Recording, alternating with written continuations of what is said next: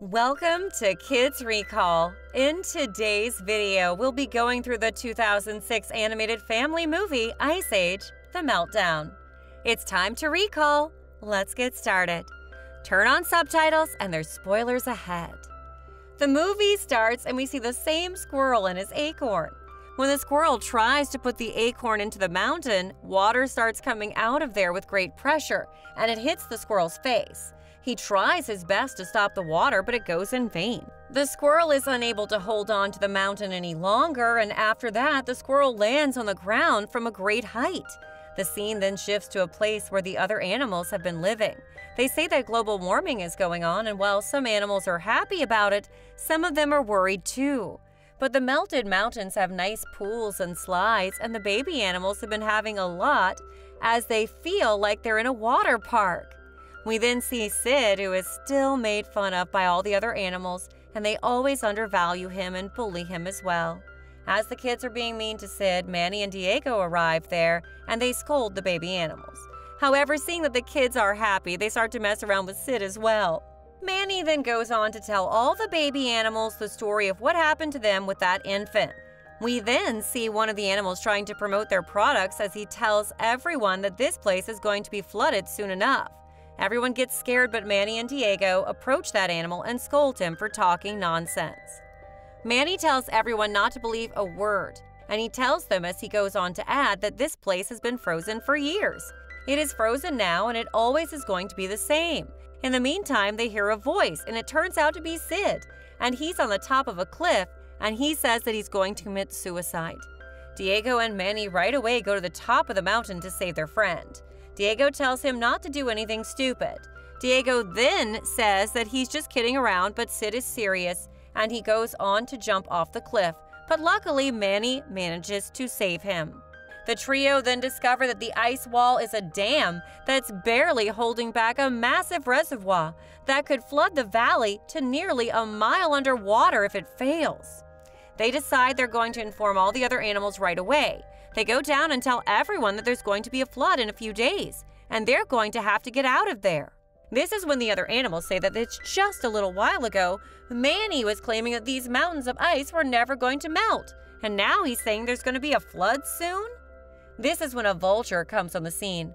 The vulture tells them that there's a boat at the other end of the valley. They may save them all, but they only have 3 days to reach it or die. The vulture sounds happy as he tells them that the place they've been living is in the deepest place in the area and that it's going to be flooded soon. If they don't get out of there, they will all die and the vultures will have a lot to eat. All the animals get scared to death and the situation becomes chaotic as everyone tries to get out of there. Shortly after, a huge chunk of ice breaks off from the top of the dam, initiating their immediate evacuation. Meanwhile, one of the glacier fragments that fell earlier actually contains 2 sea reptiles from the Mesozoic era, which later freeze themselves and devours a turtle named Stu. All the animals start to get worried about Manny as they think that he is the last one of his race, and if he dies, there aren't going to be any more mammoths.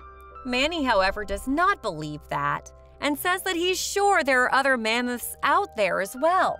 As the other animals try to leave, a little one is left behind, but it suddenly disappears. And this is an indication that all the deadly animals of the water have woken up. The scene that shifts to the squirrel who tries to get his hands on the acorn, but finds himself unable to do so. On the other hand, the trio has started to move forward, and Sid and Diego have also started thinking about Manny as the last mammoth. Manny then hears the voice of another mammoth. Manny starts running as he hears the voice. But as he reaches the place where it's coming from, he's disappointed to find another animal out there who was just pranking him by making the noise of the mammoth. Now even Manny starts to think that he's the last one of his race. As they move forward, they find 2 possums. Diego and Sid start playing with them. Manny's still worried about being the last mammoth alive and his family who'd been killed by humans, but is surprised when he encounters Ellie, a female woolly mammoth, who believes she's an opossum. And Crash and Eddie's adoptive sister, Eddie, is one of the possums. Manny's overjoyed to see another mammoth, and he's more overjoyed because it's a female, and that means his race is not going to end with him. Ellie keeps on claiming that she's a possum. Manny tries his best to make her understand that she's not a possum, but she doesn't believe him. Ellie has never hung out with other animals, and when the trio is around her, she keeps hiding. Manny, however, tries to encourage her by saying that no one is going to catch her or kidnap her because she's a big mammoth, and that no one can hurt her. Sid invites her to tag along with the group to escape the flood, and she brings her brothers. The animals then start moving forward as the ice is about to melt, and the area is expected to be flooded. As they walk on, Sid falls in the water. When Manny steps into the water to save him, they're shocked to see the creature that attacks them. Manny manages to fight off the dangerous animal and thinks that Ellie is going to be impressed by him, but it turns out to be the exact opposite of that, as she tells him that he should not be putting himself in danger, as this is the reason why there are so few of them in the world. After a dangerous encounter with Cretaceous and Maelstrom, while crossing a pond, Sid gets to know that Diego is scared of the water, and he can't go near it. He prompts Diego to encourage him to admit and face his fear. Diego insists that the fear is for prey, so Sid points out that Diego is behaving as if he is the water's prey. On the other hand, the squirrel is almost about to get his hands on his acorn, but a lot of fish appear, and they take the acorn away from him. The squirrel gets extremely pissed off and starts to fight the fish as he beats them up very badly, but he's still unable to get his hands on that acorn. Possums, on the other hand, ask Manny to roll them with a tree as they know that they're going to have to walk a lot.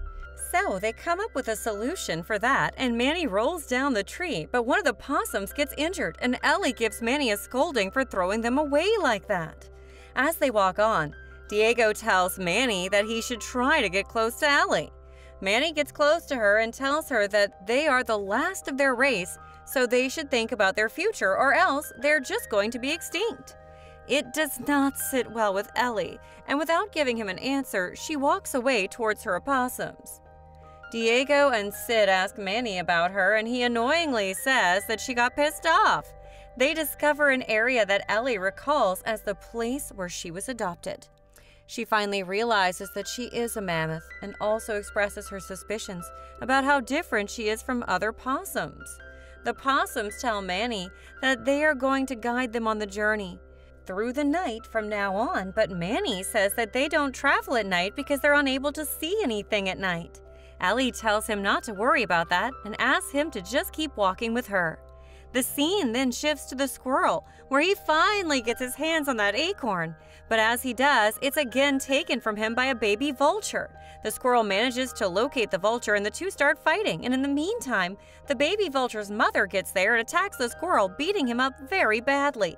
Sid, on the other hand, lectures Diego about his disability to get into the water. Sid tries to motivate him by telling him that there was a time when he too was afraid of the water, but he encouraged himself to face his fear, and now he's not afraid of the water. Sid tells him that anything could happen, and that he could very much find himself in need of jumping into the water. He might not have another choice, so he should be able to do it. But Diego is still afraid of the water and just thinks that if he ever stepped into the water, he's gonna drown. Manny and Ellie also get into an argument, and Ellie walks away from him as they walk on.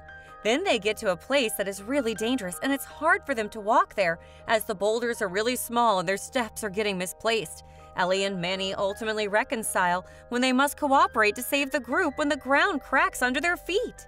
Manny's the one who saves her life, and Ellie is now really impressed by Manny as well, and she starts to respect him. The whole group is safe now, and they're all happy to be together.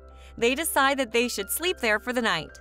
Sid sleeps on the piece of wood, and we see that as everyone goes to sleep, the piece starts moving, and he's kidnapped by a tribe of mini sloths who believe Sid is a fire god. Sid lights a fire for them and believes that he has finally found respect, and all the other sloths think that he's actually the maker of the light. They then take him to a volcano and tie him up, and they tell him that they want him to put an end to global warming, and they will have to sacrifice him to the fire god. They plan to sacrifice him by tossing him into the volcano. Despite pleading with them and trying to knock some sense into them, they throw Sid into the volcano, but Sid narrowly escapes. And the next morning, Sid tells the others about his experience as he tells them how he was hailed as a god, but then they ended up throwing him into the volcano. But none of the members of the group are convinced. As they move on, they run into vultures who are in big numbers. The vultures go on to bully them, and they tell them that they are going to be a lot of food for them when they die. After being harassed by vultures, Manny spots a big plank of wood. This is what they have been calling a boat, and they see that all the other animals are also going there.